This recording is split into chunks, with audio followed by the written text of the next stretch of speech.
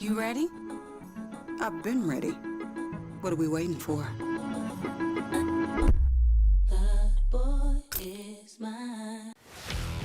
Let's face it, there's a lot of trash talk in basketball, but the great teams let their performance do the talking. Like Ford F-150 with Pro Power on board, a class-exclusive industry-first feature that turns your truck into a mobile generator and leaves the competition speechless. Ford F-150, official truck of the Grizzlies. Greatness starts here at your Mid-South Ford dealer. Class is full-size pickups under 8,500 pounds, GVWR.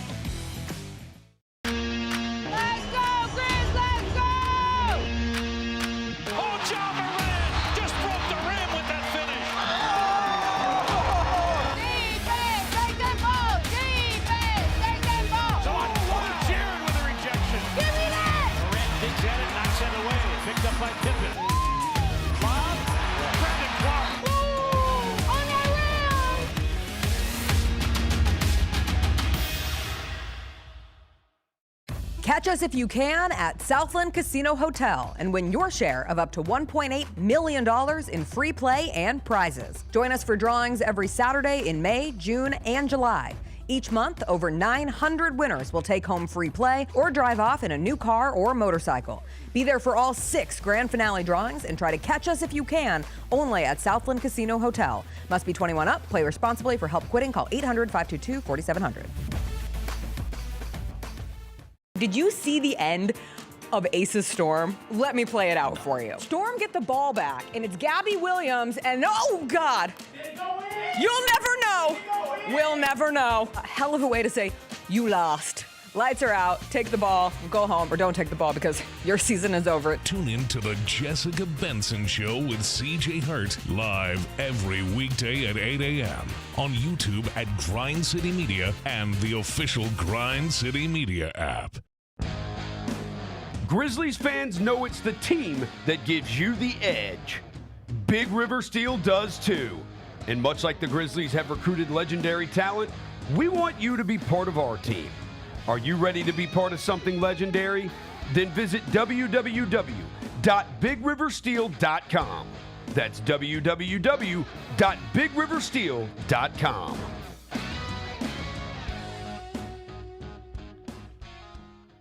Kroger shoppers and Grizz fans. Want exclusive last-minute discounted ticket deals texted straight to you? Sign up with the new Kroger Buzzer Beater deal. Fans can sign up by texting Grizz to 636-479 or visit your local Kroger store in the Delta Division and scan the QR code. By signing up, you agree to receive recurring automated promotional and personalized marketing text messages from the Memphis Grizzlies. Consent is not a condition of any purchase. Message frequency varies. Message and data rates may apply.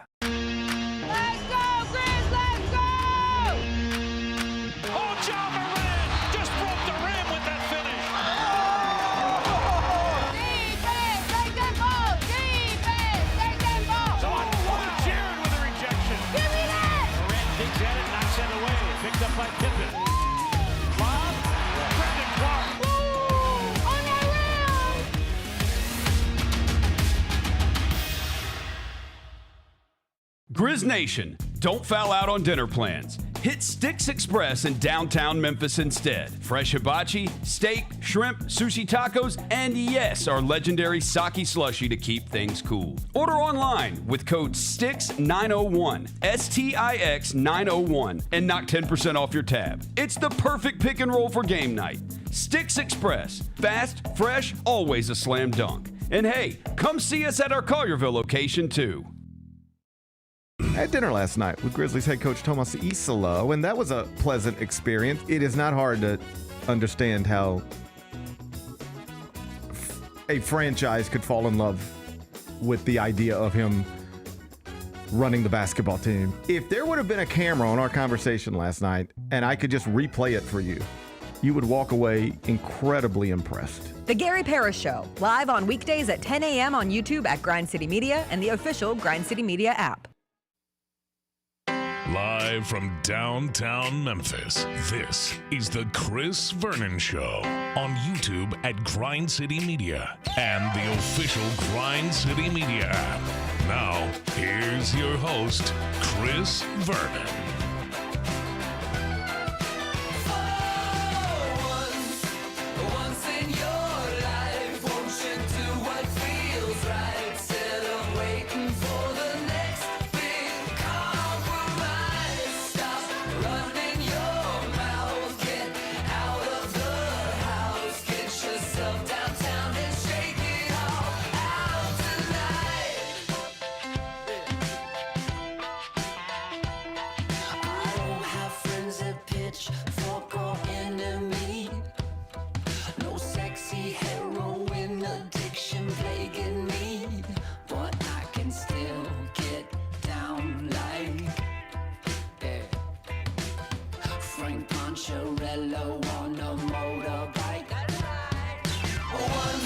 Here we go. It's noon on GrindCityMedia.com. It's Chris Vernon Show. Welcome. It is the Thursday, October 2nd, 2025 edition of the show. Today on the show, Grizzlies training camp is going on in Nashville at Belmont. DeMichael Cole has been covering up for the Commercial Appeal. He's going to check in with us, tell us what we need to know of what has gone on in Nashville. He had an article today about plans Tomas Isolo has for the Grizzlies this upcoming season. Brian Edwards from Vegas Insider joins us on Thursdays. He'll give us picks for the upcoming college football weekend. There's an NFL game going on tonight. There's Major League Baseball playoff games going on tonight. Ton to get to. It's a Thursday. It's beautiful out. Smile. Let's do it. Turn it up.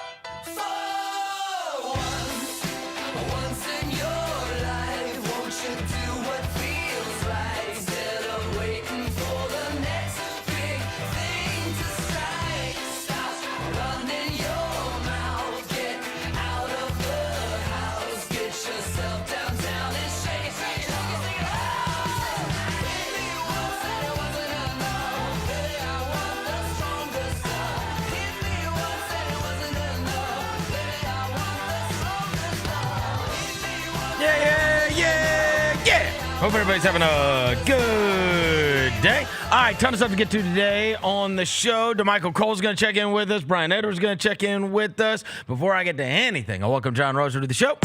John Roser, a.k.a. the Cologne Ranger, the Body Spray Bandit, Senior Sack. Johnny Backball, Johnny Bearcat, the Groom Roser, John Asparagus, Johnny Neck Carb, John Lance. He's Yogi Roser. He's Dr. Thunder. He's John the Polluter. Hello. Game day focus from Roser. Devin Walker's here. He's the microphone mangler. Senor Quasadilla, Mr. Math. Navo Joe. He's the reporter. He's the photographer. He's Sir Hans. He's Walker 93. First things first, shout out Swamp Bar. Good vibes last night. But number two, bro, I'll tell you all the time, we're getting to a point in like life where like legends like go away. Like the Lee Corsos of the world. Like a lot of people I grew up watching on my television, they're starting to like kind of like transition to the next part of their life. We had another legend leave yesterday. I just want to give a salute to Mike Sadi, bro. He posted his story on Twitter about one of his last broadcasts. As a kid, I saw Mike Sadi on the news every single day doing sports. So another legend, man. Hanging Mike it up. Sadie so, has been. Channel 3, man. He said he's not leaving town. He's still going to be around, but he is leaving the TV sports industry. Mike Sadie is, number one, an awesome guy. Number two, awesome at his job. Number three, maybe the only Memphis media member, and I'm not, this is not me throwing mud at other media members. This is me complimenting Mike Sadie. He might be the only Memphis media member that I have, over the course of the last 25 years, been consistently jealous at their questions. Oh, Mike Sadie's in a press conference setting, he's great. He always is on point, always. Yeah, sure. And that's when you're awesome at your job, right? So for sure. Like his job was to show up at these press conferences. He was omnipresent. I mean, you think about the last 25 years of sports here, and as I told you, I moved here in 2000, and it was right before we got the Grizzlies here. And so, like, right when I came, and this is Sadie had been here right before, but at that time it was it was, John Calipari had come here, and then the Grizzlies came here, and like all kind of happened like right in a row, right at the year 2000, 2001. And that Channel 3, like, team that he was on, it was Glenn Carver, and it was George Lapidus, and it was Mike Sadi, and then there was a girl named Britt Albertson. And Britt Albertson ended up marrying Kurt Roper. Where is he now? He was the offensive coordinator. He was at Ole Miss.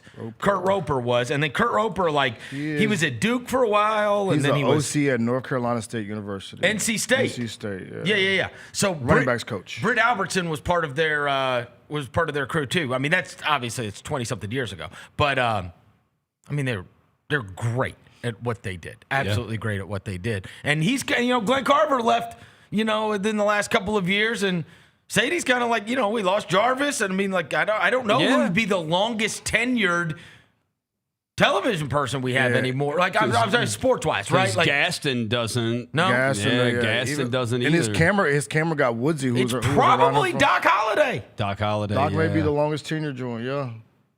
I think Doc Holliday is he's like last man standing in terms of like the old guard. Jessica's not there anymore. No. As far as like TV, Doc may be the one. I mean, and you think about back in those days, TV news was as big as it gets, and there was a massive competition between all of these different stations. You had Jarvo on Channel 5, you had that crew on Channel 3, you had Greg Gaston and Michael Eaves, who, interestingly enough, is on Gary's show every Monday and is now on SportsCenter. Greg and Michael were on ABC 24 UPN 30. And, there were tons of great local broadcasts, back in the day. And then Fox had their crew. But we, Matt Stark, he's left. Right in the last Matt Stark was Fox. It's crazy, kind of like wild. We mentioned all these people like these, like the transitioning from in and out to different generations, and this dude right here has been around for 20 years, and you keep evolving. I know. I've been around a long time. You and GP are part of the evolution of the Memphis media. I mean, me and Gary were in our young 20s. When we first started out. But yeah, it is wild to think about, and obviously we wish all the best to Mike Sadi, who is great. For sure. Outstanding television broadcaster. Like, he is one of the, and I'm not trying to go over the board, he is one of the guys that when I first started watching, I was like, I could not be as good as him doing that, right? Like, I couldn't. Yeah. I knew what my lane needed to be, and it wasn't being better than him at that. You know what I mean? Yeah. Because Mike Sadi's not far off from my age, right? He said he'd been doing it for 27 years, I believe, is what he said. Yeah. Just want to give him his flowers, man. Because I know, like I said, it's a transition of the evolution of Memphis media. Shout out to Mike Sadi. All right, so before we get into everything, you feel badly about tonight. Bro, he always feels bad about his team, bro. I don't think that's true. Usually he props up the other one. So he'll come in here telling us that Spencer Rattler is better than we thought, and that Trevor Lawrence is better than we think, and that Sam Darnold is better than we. I wasn't like that with the Jags game. Yes, you were. Yes, you were. You said I haven't given up on Trevor Lawrence. No, I haven't given up on Trevor Lawrence. Yeah, of course. You say that right before he plays your team. Because you always try to reverse jinx. No, but that Jags team is. You don't feel good about this. This Rams game. You missing like 18 players, huh? Dude, nobody's playing. Yeah, nobody's playing for his team. Nobody's playing. Everybody's tonight. inactive. Is Mac Jones available? Mac Jones then is that's available. all that matters. That's all that matters, Roser. Yeah. If Mac Jones is It'd be available, amazing. It's going to, I don't know, maybe rally the troops. We'll see. Okay, good. Well, then I'll watch baseball. But the line has gone from 3 to 7.5. I mean, your games are really boring anyway. Yeah. Bro. I never reason to watch 49ers football. Baseball is going to be going on, and it's kind of wild the way this played out. So the Dodgers took care of the Reds, and so they're going to now sit around and wait, and then they'll play against the Phillies. But with the way that the baseball games went yesterday with this wild card, we're now going to have all of these do-or-die games that are going on starting today at 2 o'clock. We've got Guardians versus the Tigers, and it's my old guy from the Cardinals, Blackjack Flaherty, who is pitching, who has a 5 ERA or whatever. Yeah. But anyways, Guardians and Tigers, and because they got tied up at 1-1. Then you have Padres and Cubs, because they got tied up at 1-1. And whoever wins the Guardians and the Tigers, that filters into the Mariners. And then whoever wins the Padres and the Cubs, they filter into the Brewers. By the way, have you seen this Mason Miller The guy, have you seen this guy from the Padres? Do either of you? I know you guys aren't big baseball guys. I'm not either, right? Like, I mean, I pay attention to my team, and that's about the extent of it. I don't have a great awareness of everybody else. And I pay attention to Brent Rooker, who, by the way, side note, baseball's Iron Man, played all 162 games this year. Every game. That's an achievement. Shout out That's Brent an Rooker, achievement. man. It's not, I got it. He DHs, but still. Never, he refused. He said once the number got like really high, he was like, no, like the manager kept trying to sit him, and he was like, no, Mark Kotsay is their manager. Mark Kotsay. The former Marlin. He was like, no. So Rooker, Kotsay said Rooker would not let him have a rest day. I respect that. So play the games. Ended up playing 162 games this year. Anyways, so I pay attention to Rooker. I pay attention to the Cardinals, right? This Mason Miller, I want you guys to see this video. This was put up by Pitching Ninja this morning. This guy has struck out 11 people in a row. And watch these pitches. These are the strikeouts. Oh. He is unhittable. It's 11 in a row. Okay, Mason. He came up yesterday. He pitched 1 inning, 1.2 innings. He struck out 5 guys. Wow. Nobody can hit him. He paint corners too, boy. It's like 103 on the black. Yeah, he paint corners too. Look at that boy. Yeah. Yo, Mason Miller. This guy is filthy, which interestingly enough is Mike Miller's son's name. Yeah, can you play the first? Rewind it, Jalen. The 104 on that corner. The first one is 104. Yeah, bro. On the corner. Like the dot. Yeah, bro. Yeah. What are you supposed to do? 104? Is he a reliever? Yes. Okay. A middle reliever. Okay. I saw Hugh Darvish is starting for the Padres. I ain't heard that name in forever. I ain't heard Hugh Darvish name in forever. Superman. I briefly watched a little bit of this game yesterday. I had it on, and they said that the Padres have the best bullpen in baseball. I was like, okay. It's this guy. It's this That's guy. insanity, bro. Dude, he pitched to 5 people and he struck them all out. Hey, go look at his stats. It's like 1 inning, 3 strikeouts, 1 inning, 3 strikeouts, 1.1 innings, 4 strikeouts, 1.2 innings, 5 strikeouts. Let's up the sample size then, bro.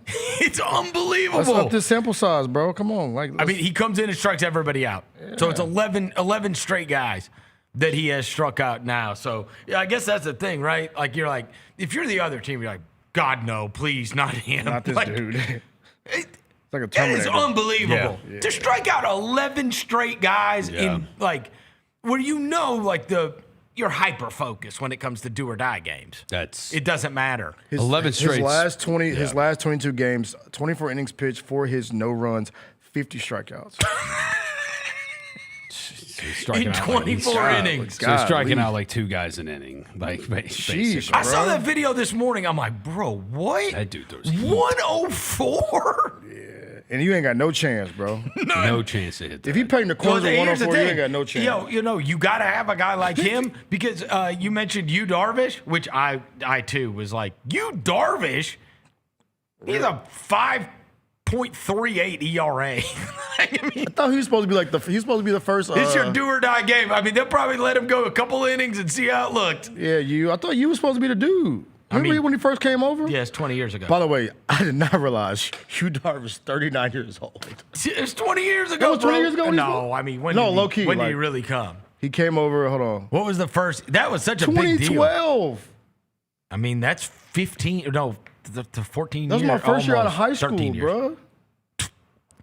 Yu Darvish. Because they were like, that was such a big deal. The big phenomenon. Oh, yeah. Yu Darvish is coming over. The gyro ball. Gyro ball, yeah. I remember that. Does he still throw the gyro ball? I don't think he does the gyro no more, bro. That gyro don't gyro don't gyro no more? Yeah, it don't gyro no more. When you get to age 39. The gyro ball. That ball don't gyro no more, He was man. fun. Yeah, he was lit. I remember.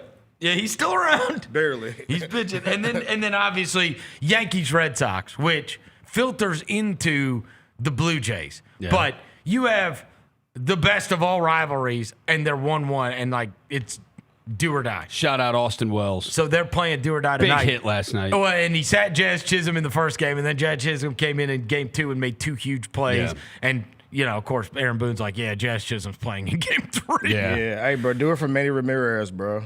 Oh, you want the Red Sox? Go to- Yankees. I was a Red Sox fan when I was a kid. I mean, look, this will be good drama though, like really good drama, because you've got I mean, not only those first two, whether you care about those or not, like the Cubs are a massive brand, and then, I mean, this is the best of all worlds for baseball to have Red Sox Yankees in a losing your season ends game. Yeah. Oh yeah, the biggest rivalry in baseball. Yes, Yeah. it'd be great. Yeah. So that's going on, and then if I get, I mean, I don't know if I'll get bored enough to flip on the 49ers. Dude, it's going to be so bad, don't. Oh, Roser says no. Roser gonna says be- he is. I mean, at least you can Roser watch. says he's against You it. can go to watch Matt Stafford, bro. Huh? You It watch is Matt gonna Stafford be and Puka Nakua hoop a so little bad. bit. And Kyron Williams. You know what I'm saying? They got some stuff on the other I side. saw the of it. line's Fun to watch. 8.5, and I was like, what? It's gone up 5.5 points then since, it has? since it came out. Wait, It's wait, going wait. up what? That's just what it said on the ESPN Bro, box the score. line- What is it really? No, it probably Is that wrong? Dude, the line opened at 3. It shot up to that since we've announced nobody's playing for us. Yeah, it says. And the spread has gone up, the total has gone down. I'm just looking at the thing. Yeah. So it's 8.5 On now. ESPN bet for what that's worth.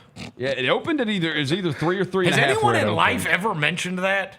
I mean, they've been trying to run ads for it on ESPN ESPN bet for the now. last forever, bro. Seriously. Yeah. By the way, the Is chat. that going to be like ESPN the phone? Nah, for real. ESPN Because Classic. these other ones are not. Hey, ESPN the phone. hey, the other ones, they're not. It's not a kids game. Did you see there's an NBA playoff or what's it called game going on today? Preseason game, Yeah, right? Sixers in and- Australia. And Six- is it Australia or Abu Dhabi? Sixers and the Knicks. I thought it was Australia. Oh, it is? Yeah, it's 8.5. It's still 7.5 at FanDuel, but it's 8.5 at MGM, It's Abu Dhabi. DraftKings, Caesars. Oh, because did you see this? And I was reading this article this morning about how this year how the NBA is going to be on Amazon. Yeah. So I have been a big I have long thought that this is just a sidebar on the state of media, right? So you guys know that back in the day when it came to like advertising and whatever, things have obviously evolved greatly. The way people advertise, who spends money, who doesn't, whatever else, how social media has changed things and whatever else.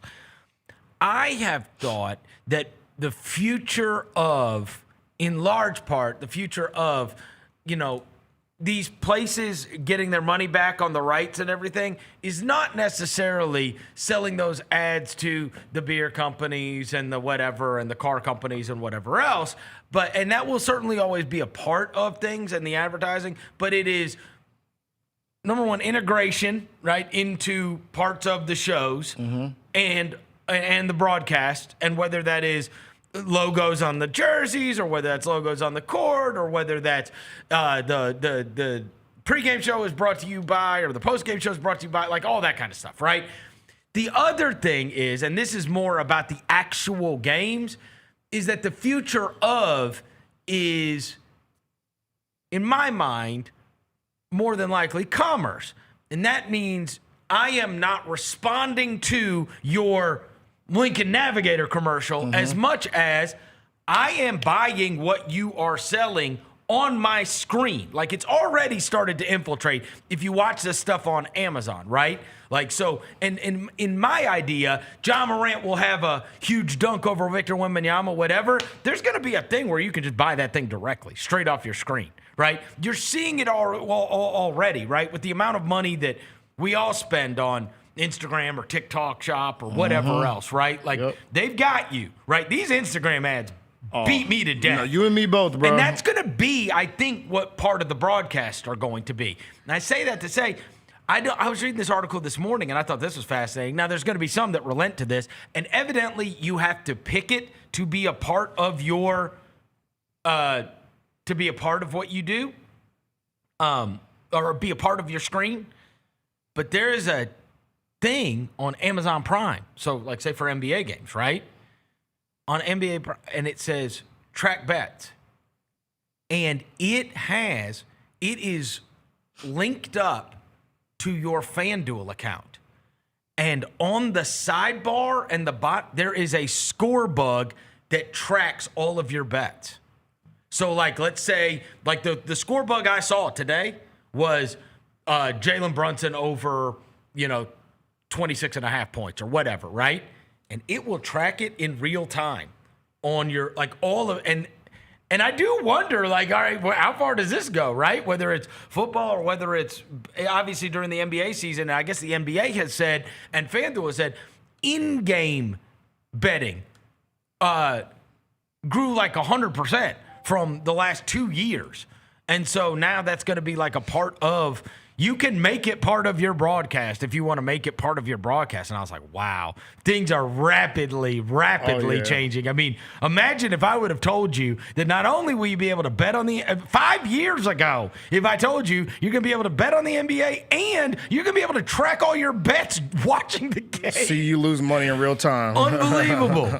Kind of crazy. Yeah. And then the other thing is like the commerce thing, right? It's going to be beyond. It's beyond QR codes, right? QR codes are already a thing. But that is, I have to do it on my phone, right? I'm saying you're just going to click on your screen. That's going to be, right? The same way that, you know what I mean? Like you've already got your credit card.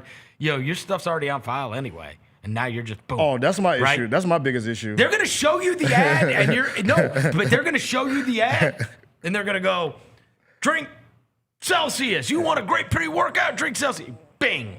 And it's going to say, buy a 12-pack. And you're just going to Apple Pay, boom. You know what I mean? We go. Oh, yeah. You got to be dangerous. mega responsible when it comes to that because obviously all three of us have the same exact trait in that we are easily sold on things. Yes. You know what I mean? Like, impulsive as hell. If you put that, impulsive. Very impulsive. Bro, don't put a shirt that looks cool in front of me on Instagram. I would be like, give me that. I know. Yeah. I need that. I know. Yeah, it's tough. And they know, bro. And they know. They track it. They know. They'll give me 4 back-to-back ads on my Instagram stories. You'll be like, oh, how about these pants? How about this shirt? How about this bracelet? I'm like, all right, bro, we're not doing this. Here's the hard part for me. They beat me down to where I will search something on Google and bing, now I have to see it. Every time I go to like Instagram or like any of every time I have to see it. I have to, like, I'm clicking on, like, I'll be like, oh, Devin posted a story. And I'll click on the story and then before it goes to the next person or whatever, it'll be like, hey, that launch monitor you looked at for golf, here it is, and it's on sale. No, it looks good. But then I'm gonna have to see it tonight, and then I'm gonna have to see it tomorrow morning. And they're like, and you know what's crazy? When you buy it, it stops. Oh, yeah. Once you buy it, all right, they're like, got him. Yeah, I figure there's like a party, in an office somewhere. They're like, we got another one. Yeah. We got another one. He bought the Bushnell Launch Pro. Yeah. I haven't done it yet, but man, you ever seen the Castle Flex? You ever seen this? That's gonna fix your movies? No. Oh, wait, fix your what? Movies. Man boobs. No. do push-ups for, Castle bro? Flex What's is wrong with for y'all? your hamstring, calves, Achilles, and your foot.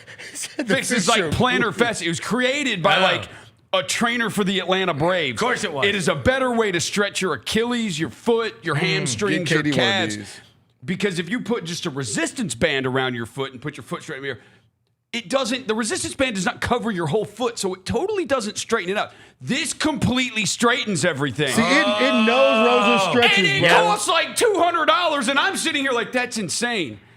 But is it? Maybe I should do this. I haven't pulled the trigger yet, but I've thought about it a ton. It's crazy that your Instagram algorithm knows you stretch. So they're trying to cater to your stretching. I get all of that stuff. They know you stretch. Yeah, shout out to the. That's Rubber Band Man. That's the Taliban. Shout out to. Look at him. Hey. Man, I keep some on me. Bro. I keep some on me. Hey, look, he stays strapped. Hey, always strapped. Hey, imagine when my laptop was dying. Remember when I used your laptop charger? Yeah. So the other day before you came in here, my laptop was dying. Yeah. So I'm like, oh, I bet Roser's got his. I go over to his book bag. I open it up. It's just a bag of rubber bands. Yeah. I said, where's your laptop charger? He's like, I don't have it. I'm like, bro, you just carry around a bag of rubber bands? You're the only person in media history that stretches before a podcast. Look at him. Yeah. I got these two.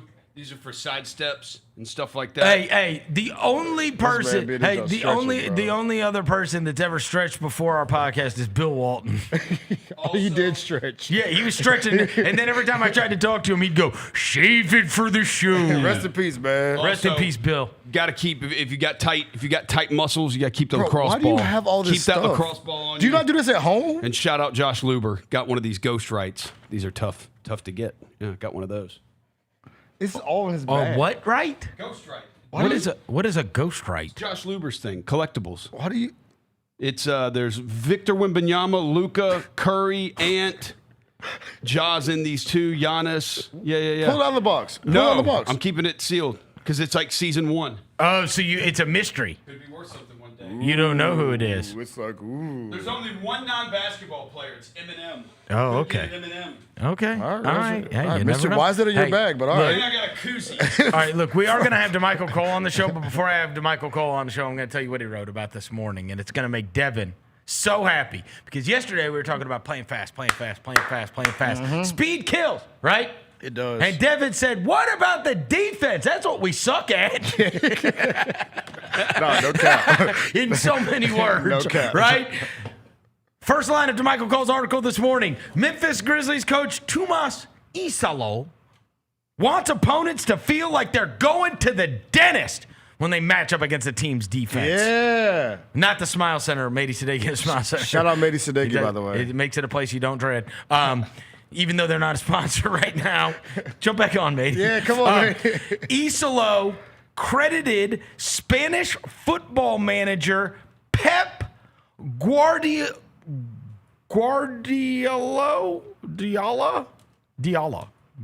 Guardiola? Yeah, Guardiola. You know him. Yeah. Well, Big-time he is. manager, yeah. Well, of course you do. He was. I think Bayern Munich and then Man City. Man City, yeah. Well, that's who he credited. Yeah. The guy, I can't say his name. With a reference after Grizzlies training camp at Belmont. Guardiola, the manager, the champion manager of Manchester City in the Premier League since 2016, first used the reference in 2019. It's one that Isalo strongly believes in when discussing the outlook for this season's defense. That's how it should feel like, Isalo said. It should be. Are you ready? Come on. You ready for our defense? Give it to me. An unpleasant experience. Let's go. So we calling T.I. the dentist now? Yeah. And this should be an unpleasant experience. Yeah, let's so he go. said, defense has been a hallmark of the Grizzlies team. He goes on. He says there was a drastic drop-off in the second half because of defense. The team wanted to address those. Contavious Caldwell-Pope was acquired in a trade. Cedric Coward is drafted in the first round. Jock Landale was signed in free agency. And it says, it goes on to give some of the history and like, hey, that was kind of an aberration, right? The team had consistently been good defensively. But, and this is in line with what Tony was talking about yesterday regarding his old Celtics teams, which, by the way, KG commented on yesterday's video saying that Tony is a liar and that the green team was belt to ass on the white team. So thank you, Kevin, for responding to said video. I love the big ticket. I love it. Yeah, Shout out amazing. Big Ticket. I love it. I love how he just finds the content, bro. Shout out to him. Drew Holiday also did too. Oh, yeah, Drew Holiday got involved. It's kind of dope. Belt to ass. Anyway, in line with that, Isalo has put together two types of drills. There's drills where the goal is to learn new things, and there's drills that are based on bringing out competitive fire. Players have spoken about the competition, stating that teammates are battling to win every drill. As a coach, it's exactly what Isalo wants. The best practices are at the edge of conflict. Oh, yeah. So we got fisticuffs in practice, baby. Yep. Little pushing and shoving action, Roser. And then he got some good quotes from Contavious Caldwell-Pope, who's obviously been part of a lot. He's been a part of a lot of good defenses and has played a major role on those. I love the competition. I love the fact that they're battling in day 2. So we'll hear what DeMichael has to say. We're going to take a quick break, and we'll check in with DeMichael on the other side. He's in Nashville. Chris Vernon Show.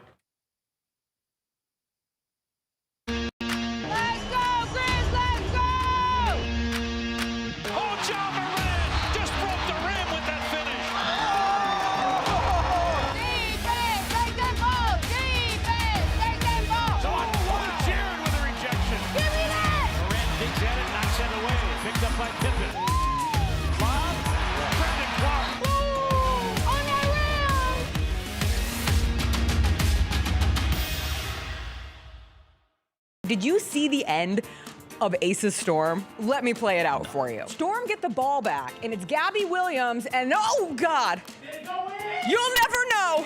We'll never know. A hell of a way to say you lost. Lights are out, take the ball, go home, or don't take the ball because your season is over. Tune in to the Jessica Benson Show with CJ Hurt live every weekday at 8 a.m.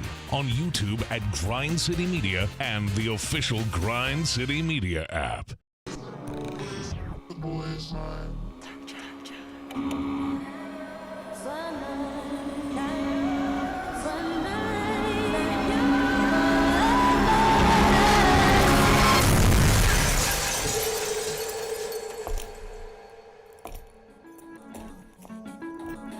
You ready? I've been ready. What are we waiting for?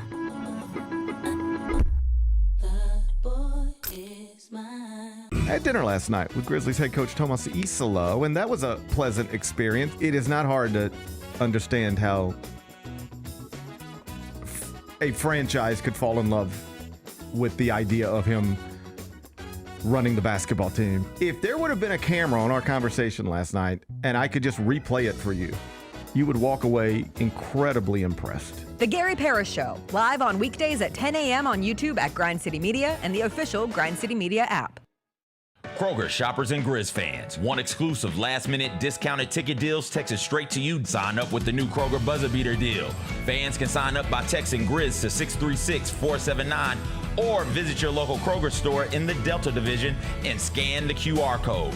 By signing up, you agree to receive recurring automated promotional and personalized marketing text messages from the Memphis Grizzlies. Consent is not a condition of any purchase. Message frequency varies. Message and data rates may apply. Sonic Radio. Welcome back to Sonic RNDIO. That spells radio with me, the CIO. This just in, the new Sonic $1.99 menu lets you build a crave-worthy meal for just $1.99 an item. Whether that's a creamy shake, crispy tots, or a quarter-pound double cheeseburger. This just out. Ostriches. They're mean, not very cute, and in my opinion, way too big for a bird. Don't miss the Sonic Fun 99 menu. 5 items, always $1.99. Live free, eat Sonic. Tax not included. See menu for details. Welcome back to the Chris Vernon Show on YouTube at Grind City Media and the official Grind City Media app. Now, back to your host, Chris Vernon. Throwing dead presidents. Look alive. Party is the evidence. It's a vibe. Celebrating excellence. We survive. 2-seater snapping, girl. I'm happy it's just you and I. Throwing dead presidents. Look alive. Party is the evidence. It's a vibe. Celebrating excellence. All right, we're back. Chris Vernon Show. And DeMichael Cole made Devin so happy by talking about the defense and the defense being an unpleasant experience because, as we talked about his article yesterday with speed kills, Devin said, that's all good. What about the defense? Yeah, I want defense. So we did get somewhat of an answer. We'll ask DeMichael about that and everything else. DeMichael Cole for the Commercial Appeal joins us. Hey, bro. Hey, you been to Jar 10 since you've been in Nashville or no? What? Where? No, I haven't been to Jar 10 yet, but look, it's only Thursday afternoon now. Don't count me out yet. Don't count me out yet. Hey, right, before we get into everything that is going on in Nashville and the article today about the defense and everything, I ran into some Tennessee fans last night that are season ticket holders to the Grizzlies, right? And they said to me, hey, man, what's going on with Meshack and why isn't he even on the training camp roster? And I was like, I don't know. I was like, it is, because they did add 3 guys to come to the training camp roster, and he wasn't involved with that too, which I thought is a little bizarre. Do you have any clarity on what happened? He was everybody's favorite in Summer League, and then he wasn't there on media day, and then they put out the training camp roster, and he's not even part of that. But I guess the whole idea was we all thought he was going to be on the hustle, but I am kind of surprised that he's not there involved in this. Yeah, it's part of the process. It's part of what they have to go through.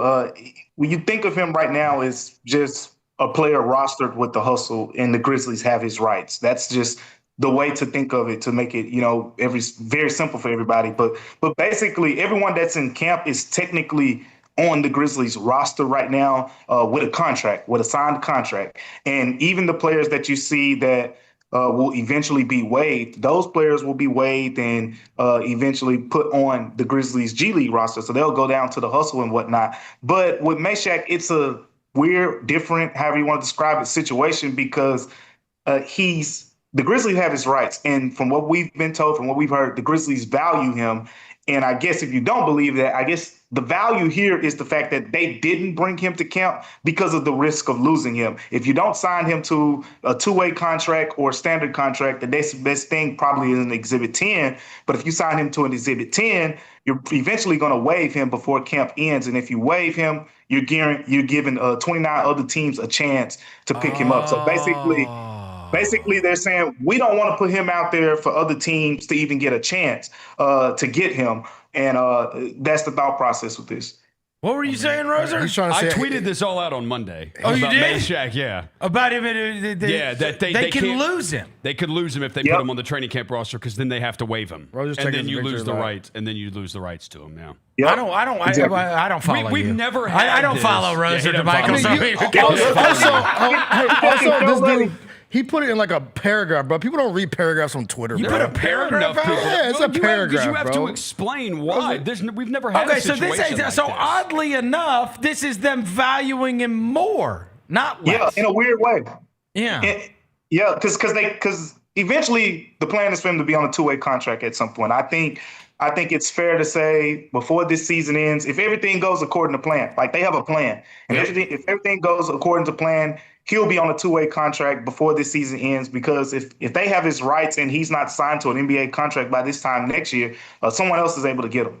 Gotcha. All right. So, first of all, we went through Media Day, and then you guys headed off and you went to Nashville.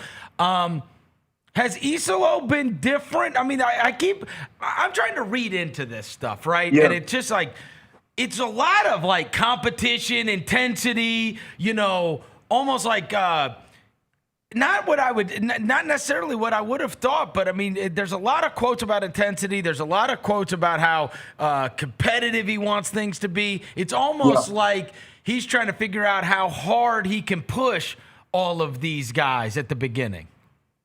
Definitely. That's exactly what it is. He's a former player, and I think that's part of the fact. You factor that in, the fact that he is like really pushing these guys from the standpoint of he is that player who, if you hear about the type of player he was, like people would say he would play to the point where it looked like he was about to like pass out. Like this dude was fiery. He was that type of player, and in a way, he's kind of pushing these guys to that expectation in camp so far. Like you hear the terms like speed kills, the intensity and things like that. But there's also these old drills, he used to do, that, my colleague Jonah Dillon wrote about, murder ball. And, it's just basically this concept of you're just playing basketball nonstop with no whistles. And we talked to Ja that first day, and one of the first things Ja says when I asked him, what's the difference with speed and pace, right? Because we've heard the Grizzlies playing fast for years. That's not anything new. And I didn't want to kind of put that out there. It's like, the Grizzlies are trying to play fast for the first time ever. They led the NBA in pace last season. But his way of perceiving what speed is it's not just we're getting up and down the floor really fast. We're fast in everything that we do, from offensively, from how we move the basketball, from our, day-to-day planning. Like, he's really big on the fact that, look, we have 3 to 4 games a week. When I was in Europe, it was 1 or 2 games. So we don't got a lot of days to prepare for this stuff. So we got to be quick and on our feet from a preparation standpoint. So they're intense, and he's real intense. Like, he doesn't give off that, if you just look at him on the sidelines and his personality. But when you really get into the basketball stuff, this is an intense dude. How do you think the vets are fitting in terms of like leadership roles, right? We have been in search of this, and I think that we've talked a lot to Michael, like, you hope that Caldwell Pope is what we wanted Smart to be, right? A guy that's won something, a guy that's been on really good teams, and a guy that, frankly, the rest of the guys will listen to, right? Do you see Caldwell Pope falling into that role of being like kind of the voice and the one that is speaking up when things go good or things go bad? Yeah, for sure. He's not the most vocal guy, out there. I won't say he's like the Marcus Smart type of loud, but he gives me he's like a middle point between what Marcus Smart and Derrick Rose were. And Marcus Smart was more vocal, right? Derrick Rose was more, watch me do this, and you're going to see me lead, by the way that I'm approaching things. And he's like a good in-between. Like he talks a little bit more than the Derrick Rose would, but he also is very big on the fact that I'm going to show you guys, what I've done and how I go about my day-to-day. So I think he's a really good kind of middle point between those two guys. I think he's going to be a good leader for this team. And I think the Grizzlies have what I like to call like layers of leaders. Like you got different types of leaders. You got players who've been long tenured in Memphis, John Morant, 7 years, Jaren Jackson Jr. going into his 8th season. Then you also have, the Ty Jeromes, the Kentavious Caldwell-Popes, the Jock Landales, who've been on really productive NBA teams, who have seen different types of leaders in different organizations and can kind of carry that over and bring it to Memphis. So it's kind of a good balance of those things. Jamarca, you think like when it comes to the leader thing, do you think it is kind of the point in the career? Oh, where'd he go? Do you, Mike? Yep. I'm here. Can you hear me? Yeah, we can hear you, but you disappeared. No. But is it? You think it's to the point where now John, Jaren? I know a lot of we've been talking about like having the vets, the Marcus Smarts, bringing in vets. But I think is it time for John, Jaren to really be kind of like that catalyst when it comes to being the leaders? Because they are year 8 and year 7 at this point. Yeah, it's definitely that time for those two guys. I think, and they feel that. You talk to Ja Morant, like Ja feels this is his team. Jaren Jackson Jr. feels this is his team. So that's definitely the case with those two. I think you see it in their approach too. Like Kentavious Caldwell-Pope, when we were talking to him, he wasn't talking just about what he's doing to be in that leadership role. He was talking about what he's noticing from those guys, from Ja, from Jaren, and how their leadership, may be a little bit different, from some places that he's been in the past and things like that. But yeah, it's those guys' time. I mean, Desmond Bane was someone who a lot of the youngest players look to as a leader because he was real vocal. He was a little bit more vocal probably than Ja and Jaren. But the sense that I'm getting is both those guys have been a little bit more vocal so far in camp. Let's talk about the way the team's going to play. So it was yesterday you had the Wells quotes, right, about him having the ball a lot more. And yep. He kept saying he was going to fail. He's like, yeah, like it didn't seem, I don't know, it didn't seem super confident to me. Sometimes you got to set the ball over. No, I don't know. It was just like, hey, I'm going to fail a lot before it looks good. And I'm like, damn, we ain't got time for all that. But this idea that he's going to have the ball in his hands a lot more and play make a lot more is something that it seems like, at least to start the season, is something that they have a goal of having happen with Wells.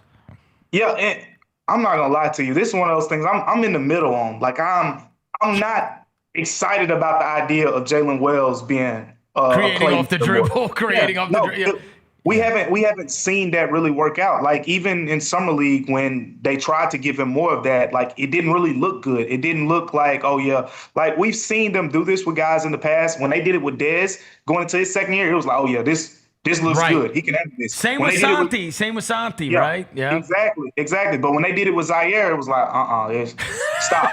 And that's how. All right, me and you were on the same page. It's like he's not. Look, he is what he is. He's not a mega athlete. To beat guys consistently off the dribble, you got to be an athlete, or you've got to be like one of these Euro guys that like has the steps thing going for him. Mm-hmm. That's what he did last year. It was a lot of decel for him last year. A lot of his buckets came on like decel. He got some. Yeah, he got some. The other thing too, though, I'll add this is the fact that they need a secondary playmaker. Like that's my biggest question. That's a bigger question for me than defense, than shooting, than whatever offensive starting lineup questions that people have. The question for me that will determine how far this team goes is when opponents game plan and say, we're going to stop Ja Morant from being a playmaker or whatever the case may be, who's going to be that secondary playmaker? And right now, if you look at the Grizzlies' projected lineup for most of the season, it's supposed to be Kentavious Caldwell-Pope, Jalen Wells, Jaren Jackson Jr., Zach Edey. None of those guys have ever averaged more than 2.5 assists. Never. None of those guys. So I think it's going to end up being. I think it's going to be Coward a lot sooner than later.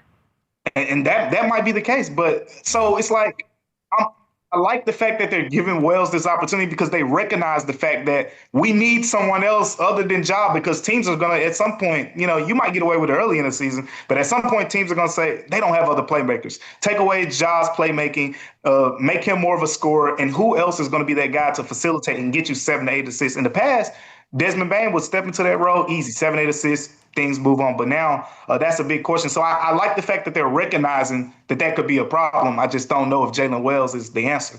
On the Coward front, obviously he blew everybody away at media day. Like the reviews were great. Players were talking about how impressed they were when they're playing kind of in open gym and unstructured stuff that they've been doing prior to the season. Have you gathered anything about how training camp has gone for him early? Yeah, man. He's been impressive to people. You can tell when people talk about him, like they'll pause a little bit because this guy's a rookie. Let's not just throw him out there to the wolves. But then they say all these good things about him. We've heard a lot about the defense. I mean, I saw the shooting mechanics, up a little closer, after practice yesterday, and I mean it's smooth. A guy have his arm size, his length, like. His mechanics look really good. It's easy to see why when we talk about his defense and all these other things, he always is reminding people like, I'm a really good shooter. So he has that, the defensive stuff. We heard some stuff yesterday about how he was really crashing the glass, in practice, which, should be kind of a revelation for Grizzlies fans because they don't have a lot of guys right now who are really good rebounders, especially on the wing. But Cedric Howard, Kentavious Caldwell-Pope said, man, he got me a couple times yesterday. And then Isolo said, if we need some of those bigger wings to play the four, Cedric Howard is one of those guys that could do it because of the fact that he's a bigger wing and he has that rebound ability. So we know about, I feel like I know about the shooting. Like I trust that his shooting mechanics will translate decently well. The defense is what we always hear about. So you got those two things. Then there's in between there's the playmaking, there's the rebounding. Those are kind of more the question marks. But right now it seems like the rebounding is another area that he's kind of standing out. Does it mean that we're probably going to see like the Cedric Cowards and the GGs and those dudes playing the four because we don't really have like a big guy to play the four right now until Jaren comes back? Yeah, I think that's definitely what we're going to see more of. But it's interesting because Santi isn't planning on playing the five.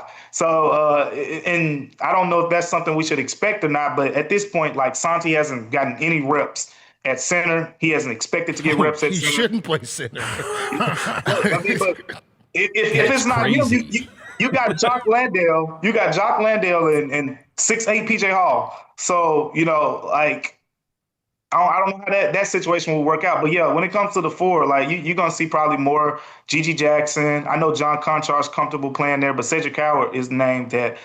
They even mentioned Kentavious Caldwell-Pope. That was interesting to me. Like, Isolo mentioned him from a defensive positioning standpoint, which makes sense because he is a good positional defender. But from a size standpoint, like Isolo has also said, he doesn't want to lose much size across the board. Like when you go small and you have a smaller 2, smaller 3, smaller 4, he doesn't want to do that. Yeah, that's the guy that started Scottie Pippen Jr. at small forward in the playoffs. He did we had no choice, bro. We had no choice. You know what I mean? We had no choice. He's been small before. There's no way around that. We had no choice. Huh? We had no options. I mean, it was very so it is funny that they're already talking about who can be, like, who are going to be the big guy positions if you have to start the season. It's really all about, we know we're starting it without Edie and without Clark. Jaren. Are you now getting the sense that we're not going to be able to have him for opening night because we were all sold that we would? I don't think he is. No? You don't think so, Dave? Damn. I mean, I think it's realistic. I'm not going to rule it out, but he's not going to miss much time. Like right now, he's literally in camp. He's a participant. He's not, with those guys doing, every single thing. But at the same time, Jaren Jackson Jr. is involved. Like he's talking to Ty Jerome through pick and roll reads and things like that. And they're doing work together. So when he's 100% and on the floor doing everything, it's going to be kind of a little bit more of a seamless situation. So I feel like he's preparing to be ready to go, like as soon as he can be. But, they always say they're going to put it in the hands of the medical staff and whatnot. I feel like if he misses the first game or two, it won't be much more than that. I don't think he'll miss much time. All right, so we're starting to get a little excited about the the idea that maybe Landale's going to be better than what he has shown so far in his NBA career, right? That it's one of those guys that's like, okay, I had Ty Jerome on during media day, and he was like, look, the only thing that changed is somebody finally gave me a chance to play, right? And that's what you always pray. You pray, and I talked with Gary yesterday, and I was like, look, if I'd have told you 5 years ago Isaiah Hartenstein was starting for a championship team, nobody would have believed it. Like, sometimes, these things are not always linear, and maybe he is a guy. That's how we got to think. Hope springs eternal. Maybe he is a guy that if you give him starter minutes, that this guy could really perform. One of the things that keeps coming up is perfect for Isolo's system, targeted him because of Isolo's system. Just explain it. What does that mean? Why is Jock Landale being sold as perfect for what Tomas Isolo wants to do? Yeah, you kind of just said it in a way, because it's the idea that you see over the course of NBA history and even in sports in general. Like, you see this a lot in football with quarterbacks. Like, they'll fail somewhere else, and then they go to another team that has a better offensive line and has a couple more receivers or whatever, and it's like, Sam Darnold's actually not that bad. Or Baker Mayfield got cut in Carolina, now he's a top 10 quarterback in the NFL. So in a way, not to that degree probably, but like Jock Landale being in Memphis allows him to play to his strengths. He's not going to come here and they're not going to say, hey, we're going to throw you the ball in the post and, try to get us 15 points, try to do a fadeaway or work on your post game. He's going to come here. He's going to set a bunch of hard screens. That's what he loves to do. That's something that he's already been good at. That's what he does when he plays for the Australian national team. That's what he's done to stay in the NBA up to this point. And he's also, going to be a player who crashes the offensive glass. He loves to do that. So when you talk about being perfect for Isolo's system, it's these guys who at center can kind of thrive in doing the dirty work. And that's something you're going to get with Jock Landale, a guy who is okay with setting, 25 screens and going to the low post and hitting a couple guys in, the rib cage or whatever the case may be, and then being that anchor on the defensive end and, not getting, 15 shots or anything like that. He's okay with that role. Let me ask you about the whole play fast, right? Speed kills thing. One of the things that my two cohorts here brought up yesterday is, how does that work when you're starting center Zach Edey? And I was like, Well, Is Zach going to be doing the outlet and just standing there? You don't remember the kid that used to be at the park and everybody's running. He's like, wait on me. Like, yeah. You think we're doing a little wait on me? Yeah, but look, I feel like it'll be okay because at the end of the day, you got John Morant. And John Morant is going to be more than Zach Edey up the floor. He's going to be probably everybody else up the floor except whoever is going to be the guy contesting his shot at the rim when he gets up the floor in 4 seconds. So I don't think it's as big of a problem when it comes to, Zach Edey's conditioning and things like that, because they won't be in that many 4-on-5 type situations, and with the speed that they're trying to play at, they should have numbers. They're doing this off of rebounds. It's not like they're taking the ball out the net and then they're trying to fly up the court. Like, this is mostly going to be off of rebounds. And quite frankly, they did it last season. And even at the end of the season, Zach Edey was having a lot of success when they were playing fast. Yeah, because we missed the first shot. I'll get down. Yeah, y'all go do your possession. I'll be there for the rebound. Yeah, I'll be down there, bro. I just get off the backboard. Hey, D-Mike, I've been seeing a lot. We talked about this, I think 2 weeks ago when you came in about the kind of the thought of John Jaren playing together more. I've been seeing a lot of quotes and a lot of videos of really like kind of Ja kind of dictating to whether it's Jaren or anybody else, like, yo, I want you to be a part of this pick and roll kind of situation. Have you kind of gotten that sense of being around Isolo and everybody else that they want more Ja Jaren pick and roll and how effective it can be? Yeah, they get it. Like, that's one thing I'll give credit to this coaching staff. Like we were talking about earlier, like Isolo recognizes a lot of the problems. That's step one to me. Now it might take some time to figure out how to solve some of these things, but he's at least recognizing some of the real problems that are inside the problems that this team has. And one of those things that you mentioned is like, they want Jaren Jackson Jr. this year to be more of the roller in pick and rolls. We have never really seen that. No. Jaren's been in the NBA for 7 years. You know what it reminds you of? It reminds you of why it didn't work like it should have in Milwaukee, right? Yeah. We all thought Dame and Giannis should be perfect, and it wasn't, right? And because it was just kind of my turn, your turn, and that's kind of the way it's been for 6 years here. Yeah, exactly. That's exactly the thing. And like you said, Devin, when we were in practice yesterday, we saw a little bit of, Ja Morant talking to Jaren and talking through positioning on pick and rolls and things like that. And then we've seen Isolo emphasizing it more like, we want Jaren to be the roller. Like, we're going to put him in those positions. So, again, it goes back to like, yeah, he's hurt or injured or whatever, but he's getting those reps right now, those uncomfortable reps of, we want you rolling to the basket more. I don't even know what that really looks like with Jaren just pitching, because we're so used to him, popping and fading and things like that. And the numbers have never been kind to him as a roller, but he doesn't do it much. I mean, he's strong. He's an aggressive finisher around the rim. So you look at his skill set, he should be good at it. So I'm looking forward to seeing what that looks like. Could you tell who they're running as the starters? I wouldn't say so yet. He'd be in there when he be shooting free throws. Yeah, right. They're already. They've already changed their uniforms by the time they let you in. Not yet. I don't know yet, but I mean, I feel like they've been talking a lot about Jalen Wells. We know what they feel about Coward and Kentavious Caldwell-Pope and those guys. But I think right now Ja Morant, Jalen Wells, Kentavious Caldwell-Pope are like the guys that I expect to be in there. Of course, Santi, and then Jock. I mean, I think Jock is at this point he's getting a lot of he's getting a big opportunity here in Memphis. Yeah, it also just speaks to how insanely important it is for Jaren Jackson Jr. to be on the court. That starting lineup stinks. It does. Damn, bro. It's Ja Morant and four guys that wouldn't start for anybody. Well, Caldwell-Pope could start for somebody else. Right, like who's scoring? Huh? Like it is real. Like if you have to play with that for a while, like starting, who is scoring? Like on a lot of teams. Hey, take us home, Right. 12. Yeah. No, the real test is how awesome are you, Ja Morant? We're gonna test it. We're gonna test it pretty quick, right? Last thing. What's Belmont like? That's a school.